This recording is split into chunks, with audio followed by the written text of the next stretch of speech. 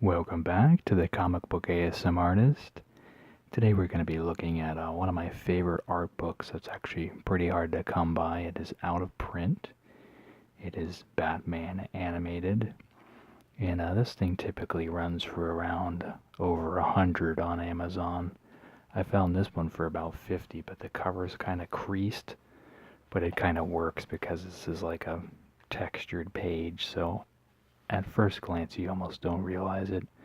And I did want to brag real quick that I have met Bruce Timm and Kevin Conroy, and also Mike Mignola. He designed Mr. Freeze's suit for Batman Animated, so I got to meet them before. And then I did get an original Batman commission by Bruce Timm before, so a little pricey, but it was definitely worth it.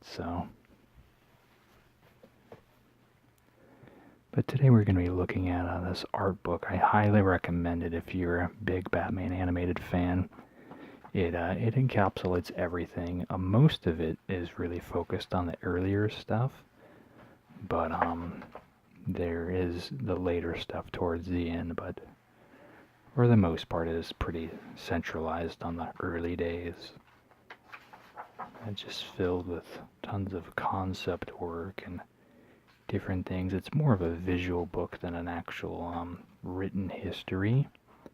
But I did get a magazine, I'm trying to remember the name of it, but it goes through a lot of it, so if that's something you're interested in, we can surely do a later video on that.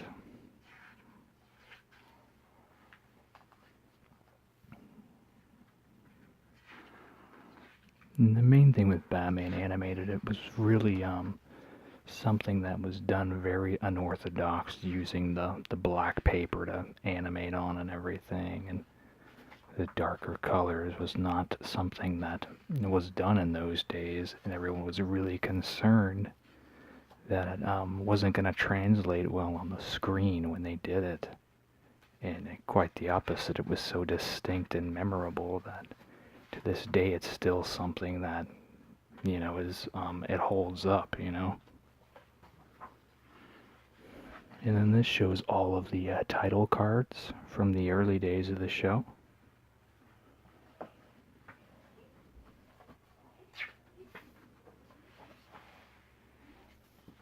And they're so small I can't get them all in there, but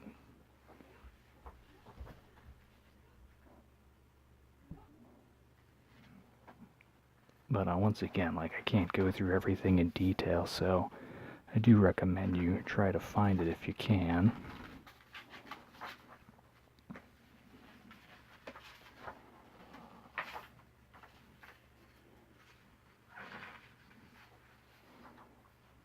And then here's a lot of the scenery here and the blimps. That's the thing, that the series, it's kind of implied that it's, it's based on the earlier days, but then you do see some futuristic stuff interwoven between the shows with their weapons and things like that, so it's kind of interesting to pinpoint when exactly this series is supposed to take place. I think it's safe to say it's probably, the earlier days, like the maybe 50s or 60s, something like that, with, people who have the means to create the higher tech stuff making that. And then here is the image of the things you'll never see on the cartoon. In this picture, they've incorporated everything you couldn't do on the show. Yeah, I have to turn it upside down to read it here. Guns, drugs, breaking glass, alcohol, smoking, nudity, child endangerment, religion, and strangulation. And yeah, you can see all that there. It's still done in a way that is not gratuitous, but still, this image wasn't one that could have been made on the show.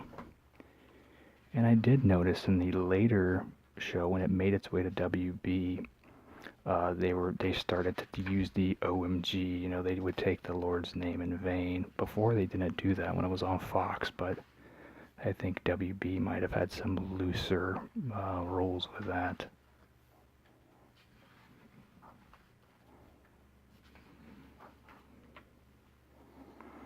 In this cityscape here, it looks very similar to one that Alex Ross had done, where Batman is like sitting over here. So I have to look at them side by side, but it looks very similar to that in my opinion.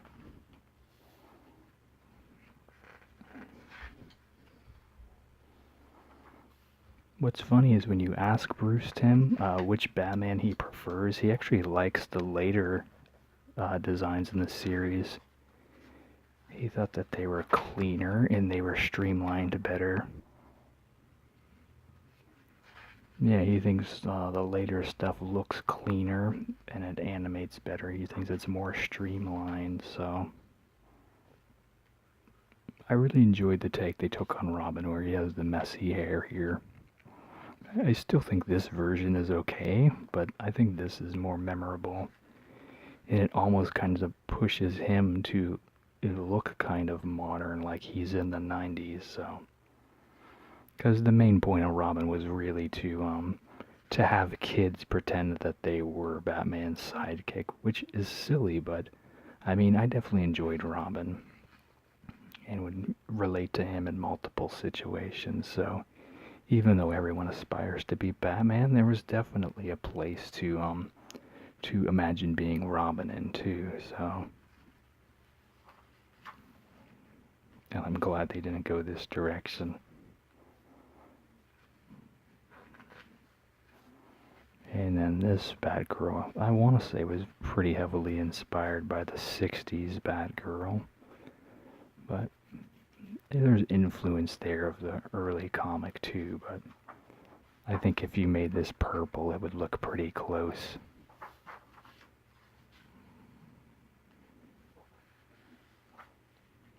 Here's all sorts of different merchandise here.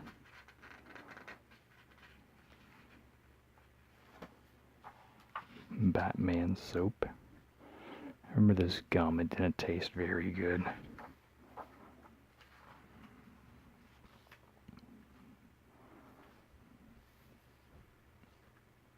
And this was an image I believe they used a lot when they were doing articles about the series when it first came out. I remember seeing this image in black and white in a newspaper article about it.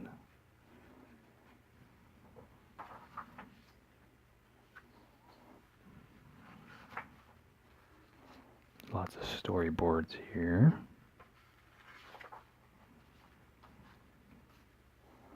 Here's the original design for Harley Quinn. Definitely looks much better when they tweaked it and made her look like this. And I will be doing a reading of this story, the Mad Love one-shot they did. It is honestly a really good story. And I'm bummed out it doesn't get more attention than Harley's first appearance, which was the Batman Adventures, I believe number 12. This story was like 1,000 times better than that, and it was really a great piece of comics history, I think.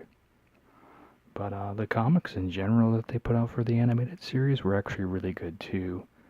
I used to have most of them, and you know, once again we go back to when we lost everything a long time ago, but so at this point I'm really just trying to get the trades so I have all the story again. Here's a nice sequence of the from the Mad Love story here. And then later on they were able to finally animate it, but it didn't come until it was on WB. So visually it looked different. Here's the later Catwoman here.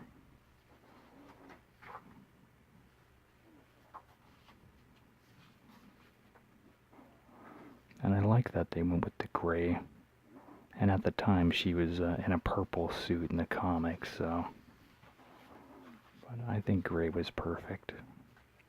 And I really love Two-Face. He was one of my favorite villains from the animated series. especially the end sequence of the first part of its origin there. And Penguin was weird because they were trying to match him to the Tim Burton Penguin, but they cleaned them up a little bit because he was really refined and high society, but he still visually matched the look of the one from the movie without having, I don't know, he wasn't as dirty as he was in Batman Returns, but he maintained a lot of the same concepts. Here's a drawing by Kevin Nolan of the Penguin that was used to help design him. Clayface was a character I thought was really cool in the animated series. Felt like he didn't get enough episodes. And at the time I had no point of reference, so for me this was like my exposure to him. I didn't know that he was a character already in the comics and went by Basil Karloff and all that. So for me, I always think of Matt Hagen when I think of Clayface. And even now, the sequence whenever he looks at all the TVs and he changes his appearance like 20 different things. Like they say today, it's still hard to pull off that type of animation they did in that sequence.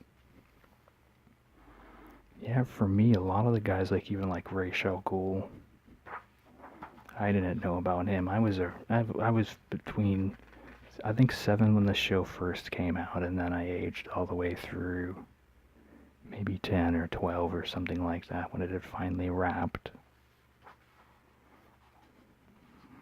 So I was learning about all these characters because I wasn't buying the old comics, so I didn't have exposure to like Ra's al Ghul or things like that. I just knew of your standard villains like Joker and Riddler and Penguin, Mr. Freeze. But I didn't know either that a lot of the origins they were creating for the animated series had differed from what they were in the original comics. So I thought that was interesting. Because I had always loved their origins, but then I was talking to the manager of the comic shop, and he's like, yeah, no, they changed most of those stories for the cartoon. So there are bits of it where he's like, it was okay, but I didn't like it as much because it didn't stick to the comic's origin. So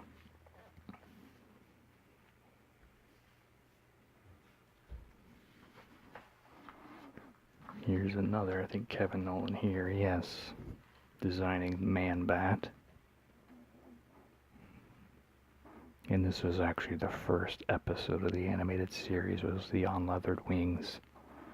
And when the show first opens, there's 2 guys, I think they're flying a police blimp, and one of them is actually voiced by Kevin Conroy as well. So if you're watching that first episode, keep your ear out for that.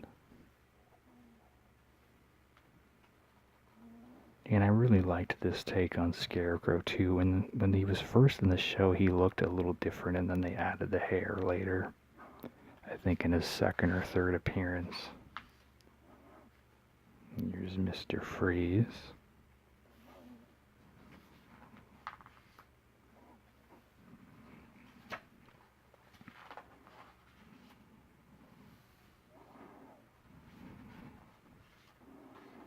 And Poison Ivy there. Bruce Timm painting.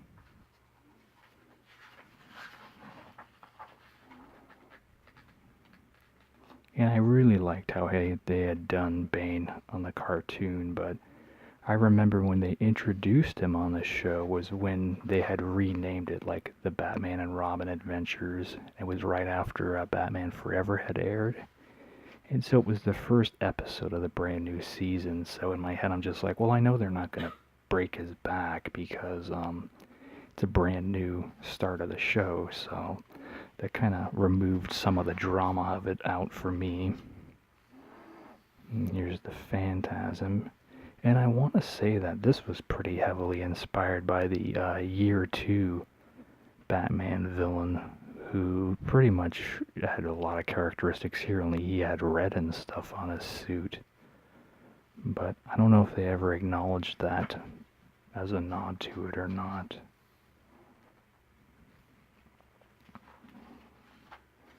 Let me look at that Mr. Freeze again. Could have sworn they actually showed the concept from Mignola on there.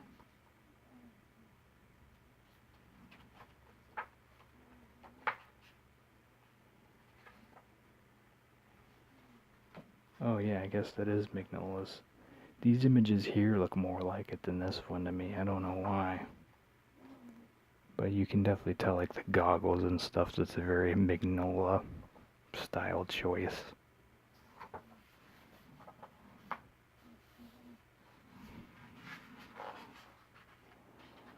And then this is the later redesigns here. And there was a 5-part miniseries they did called Batman: The Lost Years that basically set up the transition for this animated show. And then I think they later did episodes with it too.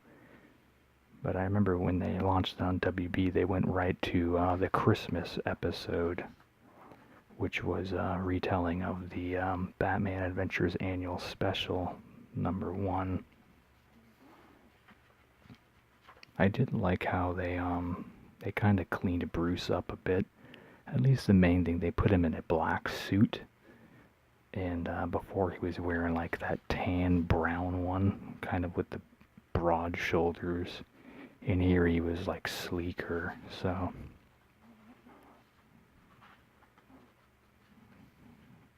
And then they gave Nightwing a mullet, which even at the time I think was noted as being pretty silly.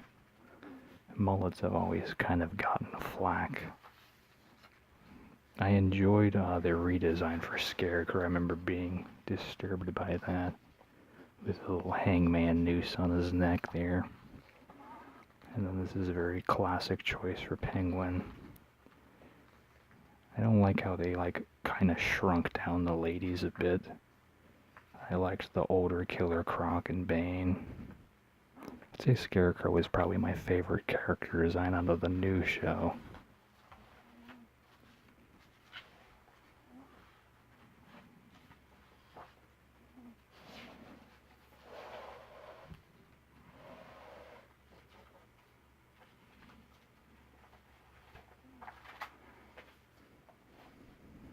And then here's some more, and of course I used to have all these.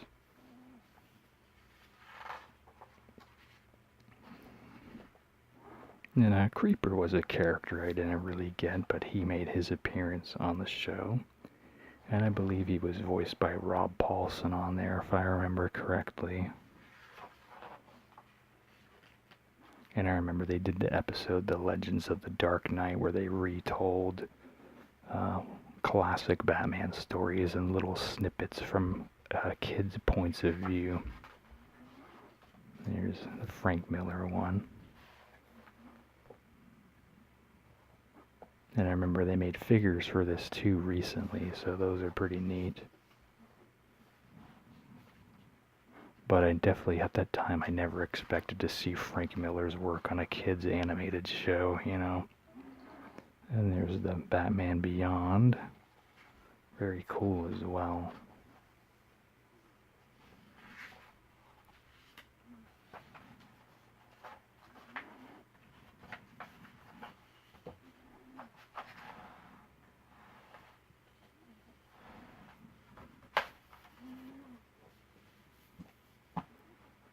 Alright, well that's gonna do it for now.